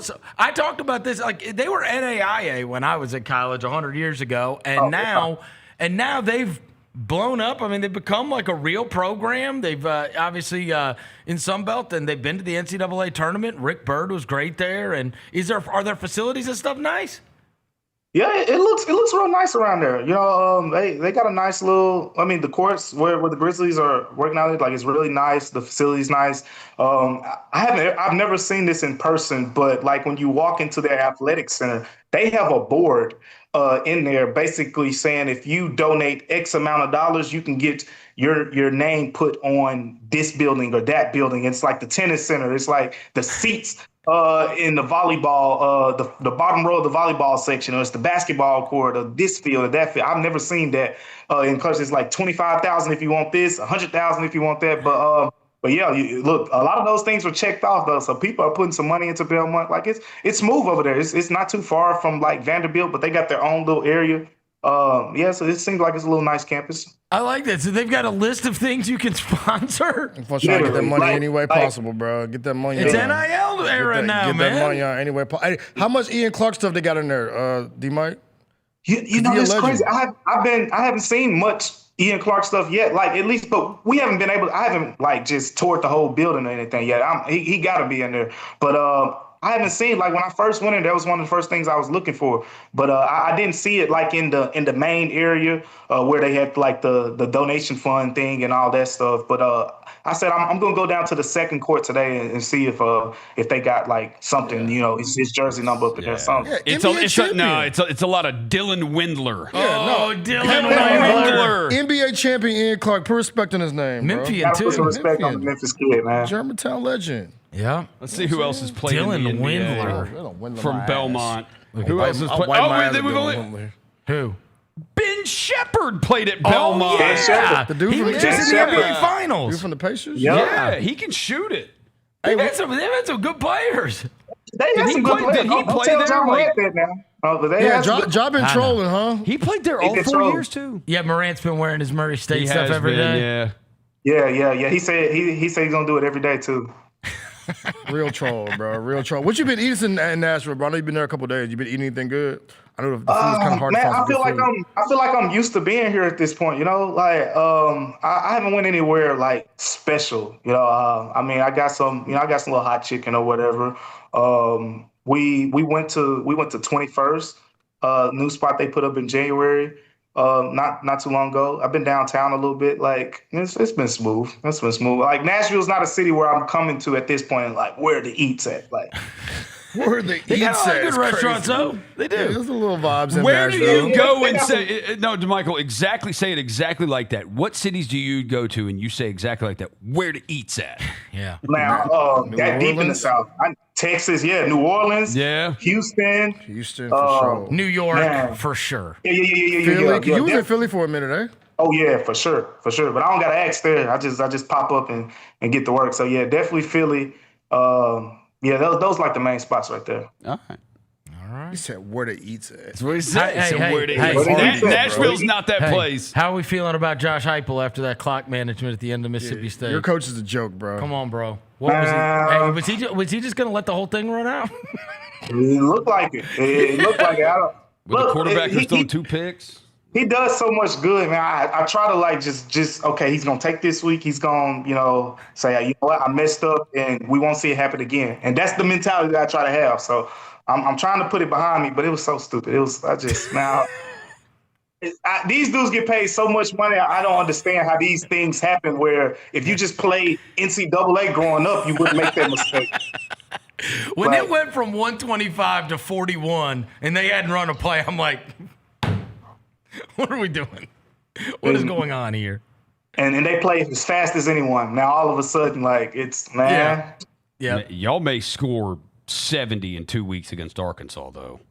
Yeah. That could happen. Yeah. I need to do something like do 10 push-ups or something every time they score just to make it fun. Like I like to do that when they play those type of teams. He is DeMichael Cole. Commercial Appeal. Make sure you're checking him out over there. And thanks for coming on, brother. Hey, for sure. Anytime, My man. guys. Thanks, man. DeMichael Cole from the Commercial Appeal. He has been covering Grizzlies training camp at Belmont in Nashville. I think it's going to end up, I said this months ago. I think it's going to end up being Coward. I think so, too. I do, too. I think it's going to. I think that's best for them if he is good. I think it's going to be very Light the Beam Kings, Keegan Murray-esque, right? Like you've got a bunch of vets, and now I can fit this guy in. I've got because the other guys are not. He is also your chance at a third star. He's your chance. Yes. I don't think at he's a gonna third be star. I don't think he's gonna be a third star on a rookie year, respectfully. I mean, No, I he think may he's not. gonna be. I think he's gonna be good, but we always have this conversation all the time. Last year we had the conversation. I think he's gonna be good, but don't throw a rookie out there. Just you know what I'm saying? Like let him gradually get into it. Like, let him get into it. Let him get the flow of it being an NBA player. Don't be like, oh, yeah, we're depending on you to be a third star. Go ahead and go do it. I mean, we've done Who's it. better by the end? No, look, you're either good or you're not. We threw. Hey, no, that's not true, though. What do That's you not- mean? that's Don't not- throw a rookie out there. We literally We threw. didn't have a choice. We threw two. Yes, we did. Yes, we did. Yes, we did We have a chose- choice. Last year- We chose to Last start year, him. Bro, Marcus was a joke last We year, bro. chose to trade LaRavia. We chose to trade Marcus Smart. Marcus was a joke. But we chose to do it, and those guys did play. We chose to do that, and we chose to rely on Vince and Gigi. Y'all, I ain't After finna that. throw Sid in the water like that, bro. We Yeah. threw Ja out there. We threw Jaron out there. We threw. I mean, I'm just saying, like y'all. We last 2 days, y'all like, yo, why are we starting to Rick? I'm saying he can be good, but don't throw him out in that water off the dribble. Give him some time, bro, to be good. there's all manner of rookies that get thrown in the water. Yeah. You know what I mean? The good ones, you just traded. I mean, your real assets to be able to get up there. Yeah. Yeah, like I To be said, able to do it, right? he's gonna be the 10th good. pick in the draft. He's gonna be good, but like I just said, Right? just give him some time, man. I mean, I'm not. I don't want to expect him to be Kawhi Leonard from day one. No, nobody is. Bro, if he is It's a- Kawhi Leonard, No, but it is. Can you be better? you're going than? to win a title eventually. I mean, if he's Kawhi that's Leonard. tough going out with Caldwell Pope Hey. and Wells as your wings. I That's mean, that's tough. two good defenders, bro. That's tough. Yeah. I just worry about, especially Yeah, without Jared. I just worry about who's- combining for 18 points. And you worry about the score. see, The scoring. Like, even if you get Jaron back, who's the third scorer? Like, Ty Jerome and Santi, their career points per game is 12.5. So I mean, it is look, like, who scores? It's annoying that we have to count on that, but I mean, like, there's a lot of eggs Yeah. in the Coward basket. There is. And in the end, I mean, And I think they're going to Keegan hit on Murray it. did play a great role for them. He did. He did. In- Keegan was good, with but the with the light the beam Kings. Keegan was good, but he took some time too. He No, went he good off the didn't. rip. Yes, he was. Like just immediately. Okay, there's a lot of situations where guys are not good off the rip. Like you're using one situation.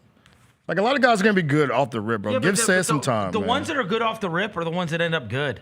That's not. We talk about it all the time. That's not true. I think if Seth did what Kawhi did as a rookie, I think that'd be great. Yeah, that's not, Kawhi Leonard was 8 points, 5 rebounds, 1.3 steals. He played 24 minutes as a rookie, 49% from the field, 37 from 3. I think that would be amazing for Seth. You don't see how good a guy is in year one, bro. No, we had this conversation a lot. No. You don't see how good they are, but also the ones that have struggled mightily. It's not like we looked up and been like, oh, wow, Zaire Williams turned out to be way better than we thought. Right. But there's guys, too, that were not good year one that as the time went on, they got better. To your point about Keegan Murray, when have you heard anything about Keegan Murray since? Yeah, you haven't heard anything about Keegan. He's been ass since that first year. They won't trade him for Jonathan Kuminga. I mean, that's what I'm saying. Like, I can't use him. Yeah, right. I can't use him as my example when he ain't been good since his first year. Well, he has been good. He is what he is. Yeah. But you don't want Seth to be Keegan Murray, though. No, but I'm saying he was able to. But he within the infrastructure of playing with other good players and in the starting unit, right? I do not like to put the ball in Jalen Wells' hands in the secondary. That's the worst idea I've ever heard. What? Yeah, that's not That's like the worst idea. But ultimately, dude, I remember this. Oh, you remember when Yeager took over and Yeager was like, "I'm going to get these guys. I'm going to get these guys to play faster." Well, how do you get the grit and grind guys to play faster? We put a clock to it. We're going to play with a 20-second shot clock in training camp rather than 24. And it's like, oh yeah. And then the game's actually starting. You realize, yeah, dude, that's not what this team is built to do. So I just hope it's not like not like speeds, like controlled speeds, where it's like drag, pick and rolls off transition, stuff like that. It's not just like, all right, let's run back and forth, like throw the ball up the court tight, because we saw that 2 years ago. I don't think we're going to get enough rebounds to do have people turn the ball over when they do that. But to your point, Chris, they do have more players this year that don't suck. Yep. Like they have, like they all have, like they've got like Jalen Wells had a solid rookie season, and Ty Jerome's a real NBA player. Santi's a real NBA player. Jock Landale played some real minutes last year for the Rockets when he had to. Like they got real players. Keegan Murray, my buns. What? Some Keegan I'm Murray. talking about. He ain't gotten better either, by the way. Here's the Devin. Well, you're not. You're arguing two different things. Keegan Murray was able to be a rookie contributor because he's playing with a bunch of other good guys and he's not getting the attention. I actually like that as a role for a guy like Coward. It is what benefited Jalen Wells last year. He's not getting any attention. So why not allow Jalen to grow in that role even more? Because the second he got attention, he can't do anything. Why not allow him to grow even more? Like, why are you like, oh, why is he not allowed to grow another year? I didn't say he couldn't grow another year. I'm saying what happened last year is when you are walking into a situation where you've got guys that are gathering the attention, right? Yes. Then that is, to me, a prime way to develop a young player. I think it's a great opportunity, especially when you're playing with 4 other veterans. I think that's the best chance that you have at your rookie becoming something. Like I said, which is what's happened with, and again, Keegan Murray's going to become whatever Keegan Murray's going to become, and Kawhi Leonard became whatever he became, and I think that walking into we gave Zaire Williams the best chance in the world to develop. Yeah. And some people are not good. I understand. Yeah. Some people aren't good. And I think this kid's going to be good. Like I said, I think he can be good too. I'm not saying he's not going to be. Don't get misconstrued. The dude can hoop. He's going to be good. He's going to play his way on the court. I want you to slow walk him into this situation, because I ain't just throwing a rookie out there and be like, hey, go be great, bro. If everything they're saying about him at camp, if it's not like overdone, overcooked, and it's all true, he's playing his way on the court. Because if he defends and rebounds, the coach is going to put him out there. Yeah, he's going to be out there if you do that. I'm looking forward to that day. We know that. We've been doing, I mean. That's the way you get on the court. That's how you get on the court. If you defend and you rebound, coach is going to be like, yep, I'll play you. Yeah. I'll live with your mistakes elsewhere. Obviously. Well, and I have more faith in the idea that he could be a big-time scorer. Yes. You know what I mean? At some point. Yes. That's a wing scorer, which we haven't had in, We're replacing a lot. We're? You know what I mean? I can't replace the wings and you get me 18 points. Like, we did have 3 guys last year that could get you 20 at any time. We know there's obviously a ceiling. We talked about it a million times. But we had 3 guys that could get you 20. Yep. We don't really have that third guy right now. No, we got 10 guys that could get you 15. Right. I don't want 12. And I respect it. I don't want 12 guys playing. Right. But if you're going to play that fast, dude, you're going to have to play guys. Oh, we're going like we've deep. talked about. Like, is Isola going to put Ja's minutes up, or is Ja's minutes going to go up to 34, 35? Are you really going to do that if you're going to plan to play at some breakneck speed? I mean, this stuff is all going to work itself out. Everybody has plans at the beginning. Right. You know it all mean? works itself out. We've seen it. Everybody has plans in the beginning. You take a couple losses, plans change. Real quick. But yeah, like I said, be clear because people want to get construed. People misconstrue my words all the time, and it pisses me off.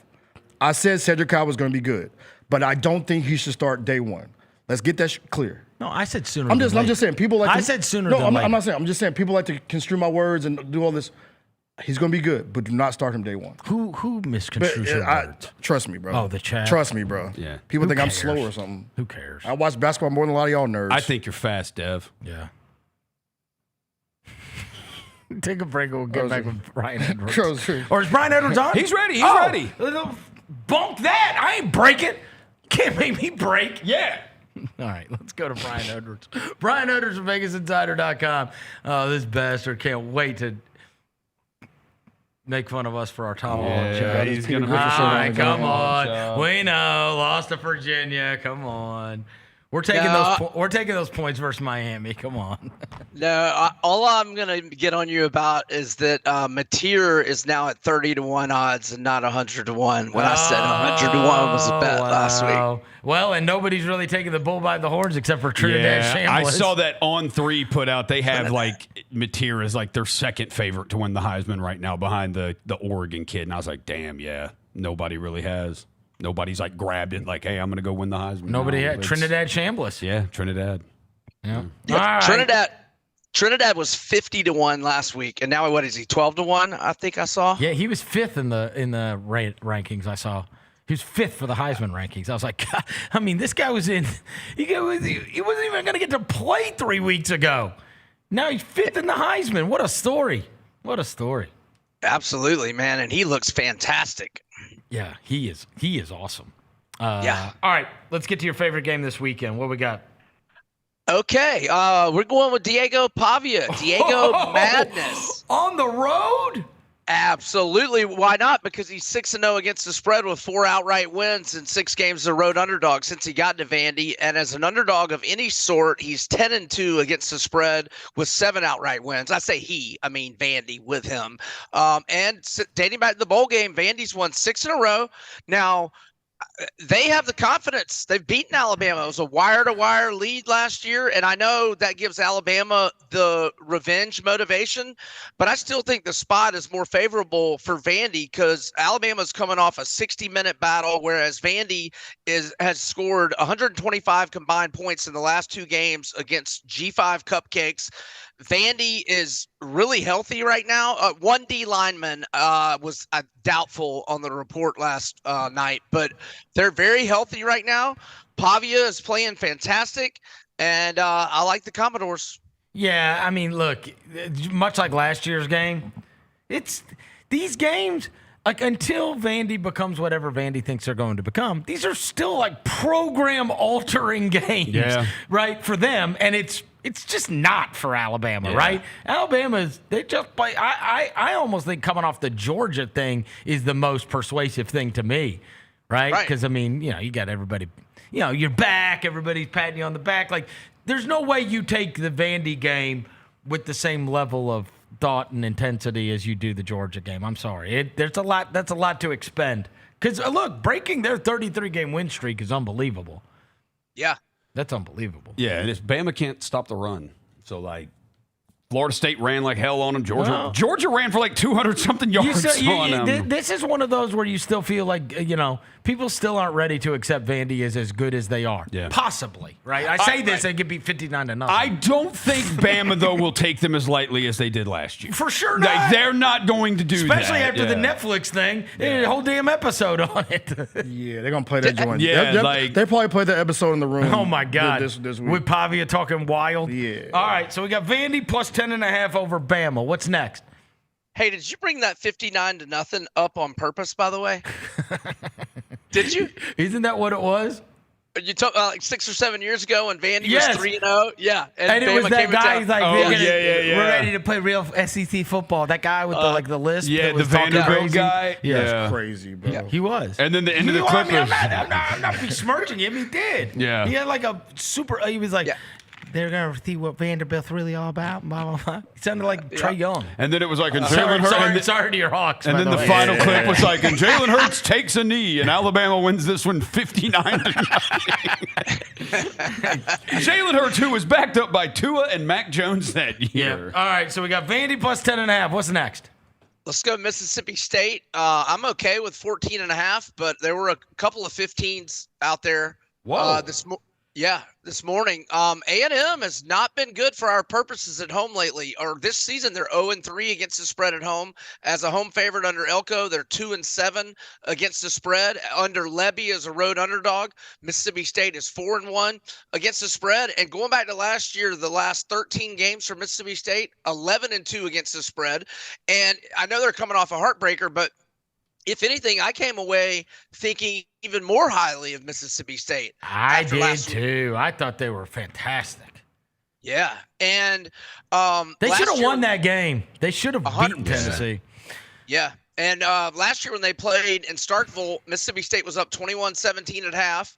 They ended up losing 34-24, but easily covered as a 19.5-point dog. They had 22-17 advantage in first downs, 367 to 353 edge in total yards.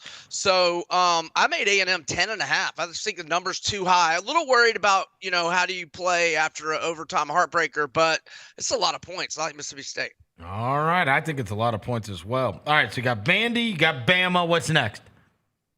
Okay, let's go. I hate laying big numbers, but I'll gladly do it with BYU minus 18.5 or 19. And the reason why is West Virginia's starting quarterback is out, and now he's going to take a medical red shirt, which has to be kind of a little downer for the morale in the locker room. Their QB2 is also out. Their QB3 is questionable on the Big 12 injury report last night, and he played at Florida 2 years ago. Max Brown, he's not very good.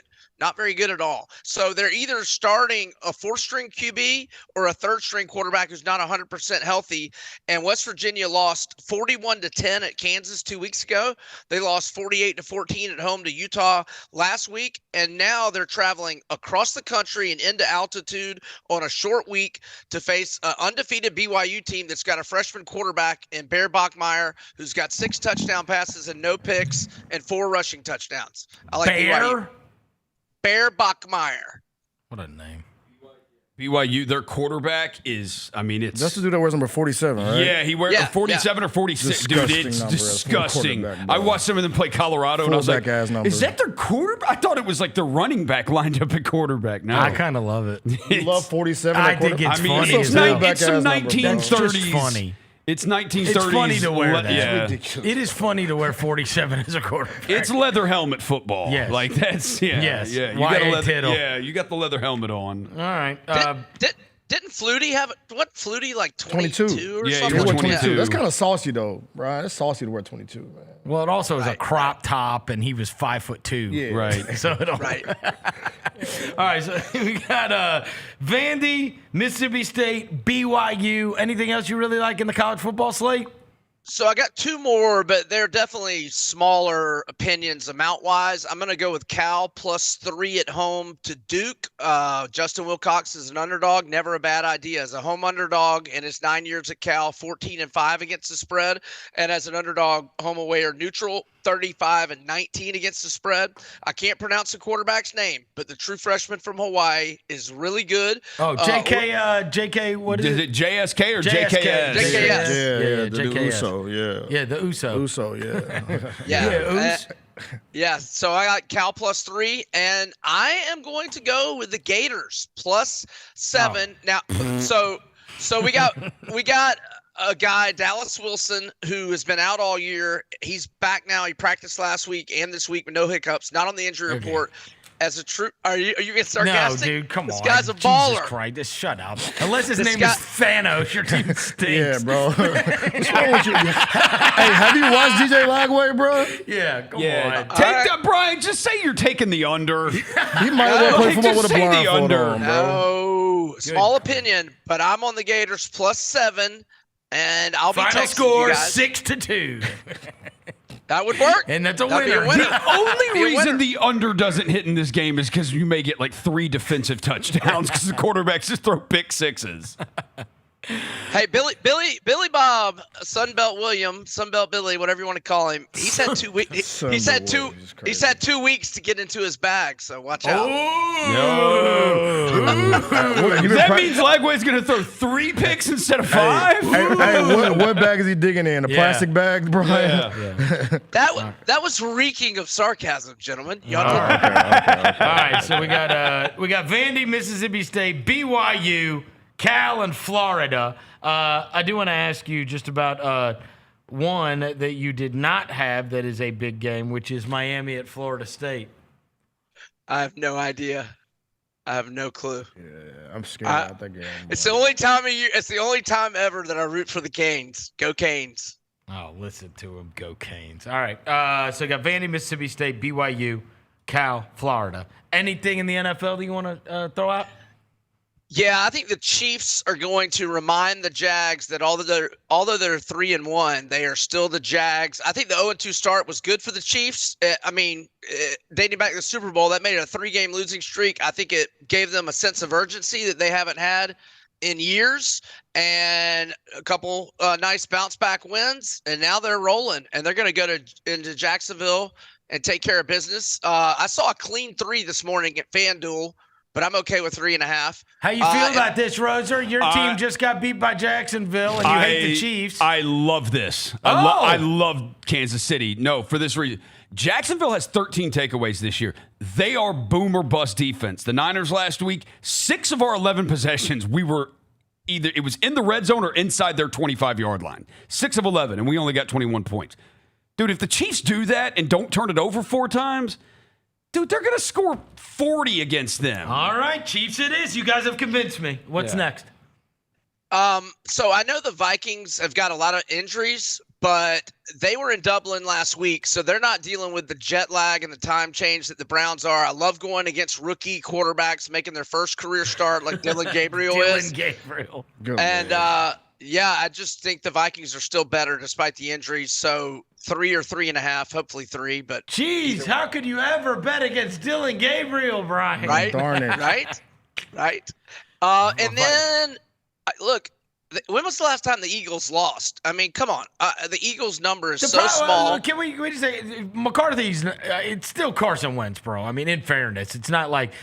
Right. Yeah, Myles Garrett could wreck all of that. It's still Carson Wentz, and that's my problem. That's why I don't want to bet on these teams that are starting these guys like Carson Wentz, because those are the ones where I'm like, that's fair. Why did I bet on Carson Wentz? Isn't the total? I know Dylan Gabriel stinks, but so what? Isn't the total like 30 in this game? Oh my God! It's How something get like there? crazy I want to see low. them get to 30, bro. It's something crazy low. 36, wasn't it? 36. Okay, like that's so low. No, that's why are very they making London watch that crap? Will Dylan? The better question is, if Dylan Gabriel did play great, will he be celebrated? No. Oh yeah, sure he will. By the Browns fans, of course. I don't think so.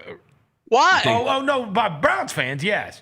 Oh, yeah, I'm saying Browns nationwide, like the whole Shador thing just Oh pops yeah, right no, back. everybody up. wants to see Shador. You know Everybody what I mean? wants to see Shador. Everybody wants Dylan Gabriel to stink this weekend, Praying on his so that we downfall. can see Shador Sanders play. Yeah. Like whether no matter what you think about his antics yesterday, and if he's going to be on the team, like we would much rather watch him play. I just want to see what would happen. Yeah. And maybe he stinks. It's possible. Let us find out.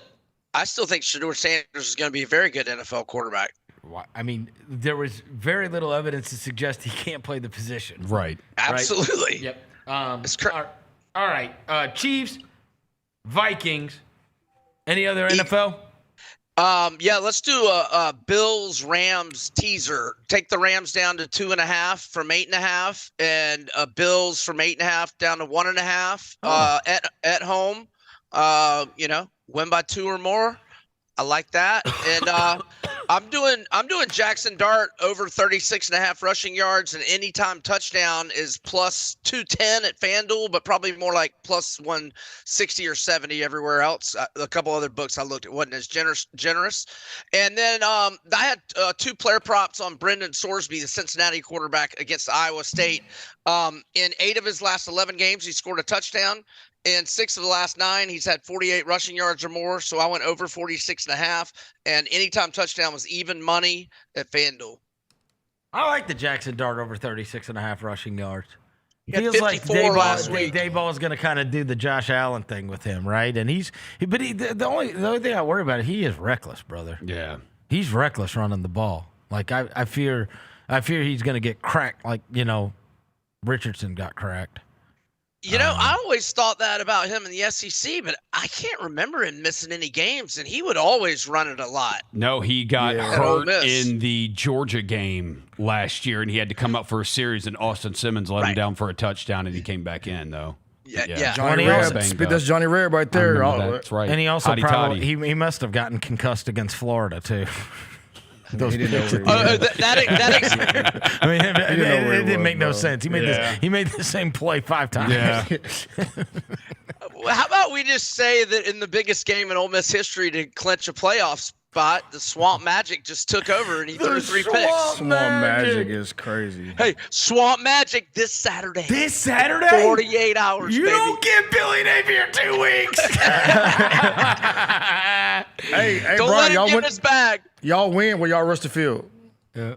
We have never rushed the field, ever. Oh, y'all too never proud. Once. Okay.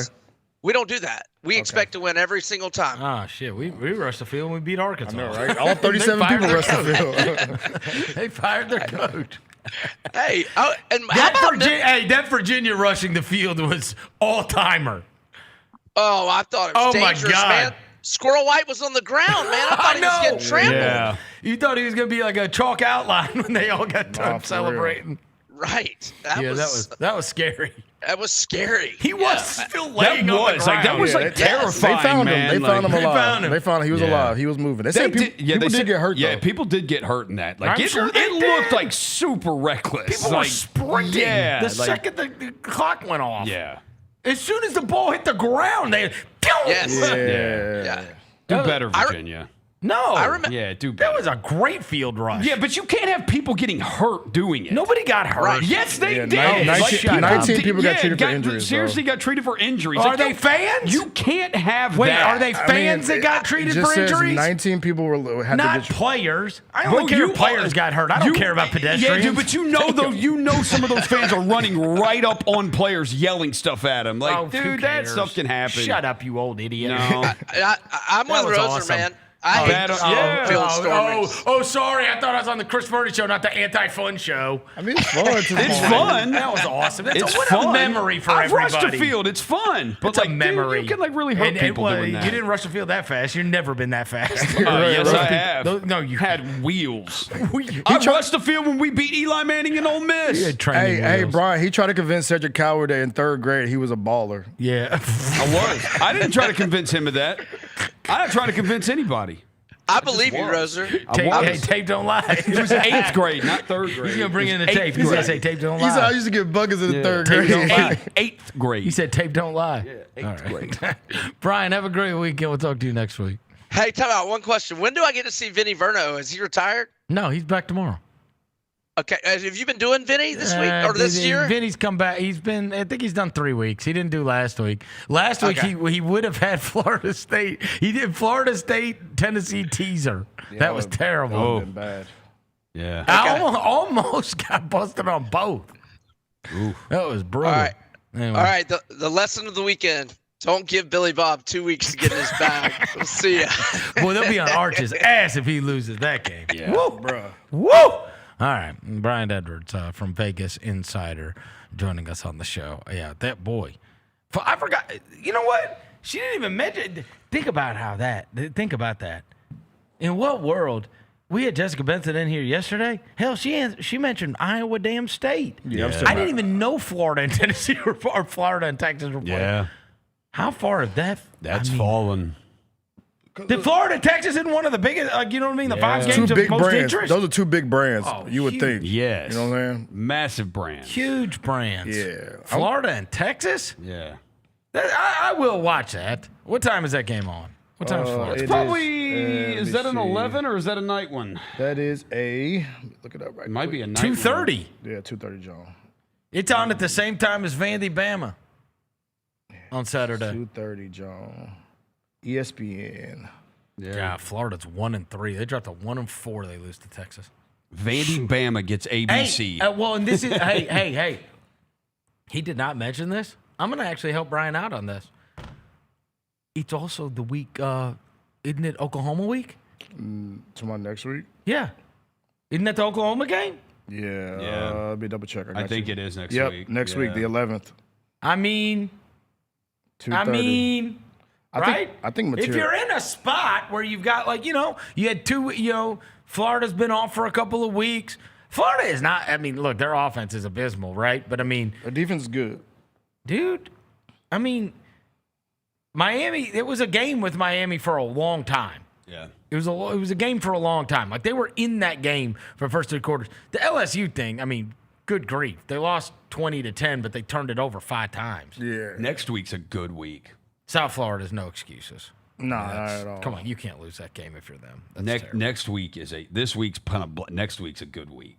Texas Oklahoma is next week. So You got Texas Oklahoma, Florida Texas A&M, Georgia Auburn, South Carolina LSU, Alabama Missouri. South Carolina LSU is sneaky great. Alabama Missouri. Alabama Missouri could be a really game. good one too. Yeah. I think your boy Mateer comes back next week, bro. Mateer? I think he comes back. We also have Indiana, Oregon next week too.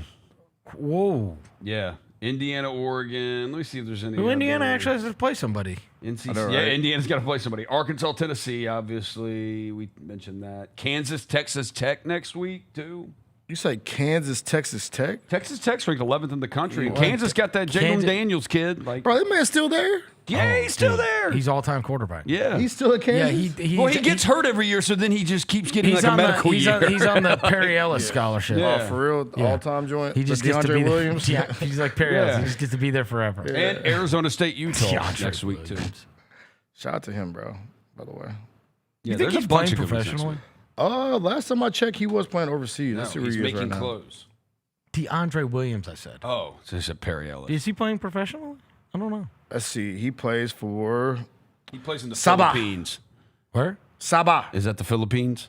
This is in the Azerbaijani professional basketball team based in Baku in the ABL, the Azerbaijani Basketball League. What country? I don't know, bro. In Baku? Baku. Yeah. How do you spell it? B-A-K-U. Baku? Yeah, they play in Baku, bro. Azerbaijan? You see it? Yeah, whatever you just said. Unbelievable. Azerbaijan. Yeah, there you go. It's bounded by the Caspian Sea to the east. You see it? Y'all see it? Russia's Republic of Dagestan. He won a to the championship north, last year, Georgia bro, to with the them. northwest, Armenia and Turkey to the west, and Iran to the south. Says it's the largest city in the world below sea level. For real? I've never heard about that. I didn't even know that was possible. Who knows? Yeah, there you go. So that's where you play They basketball. got these cool futuristic towers there. You see them? In Sabah? Yeah, no, Baku. In Baku. Oh, In Baku, Let me see yeah. what- let me see what They got Baku- this like modern architecture. They got these futuristic flame towers. Let me see what they're shaking down. Type Baku. in Baku flame towers. They look awesome. We need to get some All right, flame towers. shout out to the Baku. It says 3 iconic skyscrapers. snap. Look how badass those are. The Land of Fire, by the way. That's what Yeah. it's called. The Land of Fire. The flame towers in Baku. I'm rocking. I'm rolling. I'm rolling with Baku. Yep. Yeah, 5-star hotels. Man, architecture over there looks so cool. Yeah, bro. We are behind. We bro, are when it comes to so architecture, behind bro. on that stuff. Our man. buildings look old as a mud, bro. Like, you even like see, in like- New York, them just don't even. Bro, go look at like Dubai and their buildings. There's got China. Like their architecture looks so much cooler than ours. Yeah, that's like futuristic. Like our like even in New York, like where the biggest buildings are. You didn't even, they you don't never look even cool. heard of this country, and they got flame towers. Exactly. Yeah. With LED lights on them. Yeah, that was- Those things look It badass. looks like the cover. Shout out to Baku. It looks like a Shout out cover to of that, Baku, that man. Drake Party Next Door album. What's that thing? What are those two things? Those are in Toronto. Sexy songs for you. Yeah, but you know those little towers that are behind them? Those are in little needle Toronto. joints? Yeah, those things look cool as hell, too. That's in Toronto, Canada. Yeah. Why we got cool stuff? Why we got All cool we got stuff? is a space needle. Yeah, America. They're supposed to be doing something cool in Oklahoma City. They're supposed to be building like the tallest building in the world in OKC. Why? Nobody gonna see I it. know. Bless you. Nobody go to Oklahoma City, bro. I just For say what? they are. Look, you Google it. America, step your agriculture game Yeah, up. I want some flame towers. Yeah, bro, step your. Oh, by the way, I gotta show y'all one thing before we go. Oh, please. The rookie VJ Escombe already testing people's temperature, bro. Oh. Play the clip. Play the clip. VJ He gonna catch somebody, bro. Yeah. Watch this. Mitchell Robinson. What? Oh, what? Bro, he gonna catch somebody Dude, this he's year. outside the circle. He was outside the circle, indeed. What? Yeah, somebody gonna get caught this year, bro. Or hops. He's a freakish athlete, dog. I got hops. God. Yeah. Damn. Number 77? I mean, you think he Luka. Bless you. You think he Luka. But no, see, somebody gonna get caught by VJ Escombe this year, bro. Could be big year coming for Tyrese Maxey, too, for them. Backdoor cut. That Get sucks up. about McCain, though. Oh, boy. They might have had a little with Edgecombe, McCain, and Maxey. Hey, I blame the. Bless you. Bless you. Good, All right, man, you good. get the Can I go allergies. sneeze somewhere? Yeah, you got the Yeah, you be allergies, done with the bro. show? You straight, bro? Bro, I don't know. take some Yeah, Flonase, come man. on, bro. Come on, man. Yeah, give me that Flonase. Get you Every some- day. Every day. Spray. Every day. You walk around with nasal spray? Flonase. No, I don't walk around with it. I keep it at the crib. You be at the crib, but Every morning. Spray of Flonase, vitamin D3, 2 of them, vitamin C, 2 pills. Every morning. Boom. Deodorant, then that. Who asked for your protocol? exactly. Nobody, you don't need to know about the D3 or the vitamin C, but the Flonase, do it. It's helped my allergies so much since I do it every day. I just sneezed a couple times. Oh, I've caught you in the last couple weeks. I caught you in the last couple weeks. That You man start sneezed, scratching he's your like, bro, nose. you got issues. I'm worried about you. I caught you in the You last are getting- couple weeks. you are getting old, I've bro. caught you scratch the nose a couple times because Yeah. it's itching. That's the cocaine. You are See, I know that's not the cocaine. you are getting a little old, bro. You are Stay getting a to the little old. Flonase. You know, because Go get the cheap stuff at Costco. That's I what know I do. for sure it's not cocaine because you are not skinny at all. I see you eat. Yeah, you eat. Man said you are not skinny at all. Hey, bro, that's wild, bro. That's wild. There's just some kind of dust that get in my nose. Well, Chill hey, out. I don't Service have bad Master, allergies. Service Master, come sweep around so Verno stops sneezing, bro. Roser wants a Flonase deal. Just get the. Hey, let's do it. I swear by Flonase. That's going to do it for today's show. Thanks to Michael Cole. Thanks to Brian Edwards. Thanks to Devin Walker. Thanks to John Roser across the glass. Jalen back in the studio. We will be back tomorrow. Until then, we gone.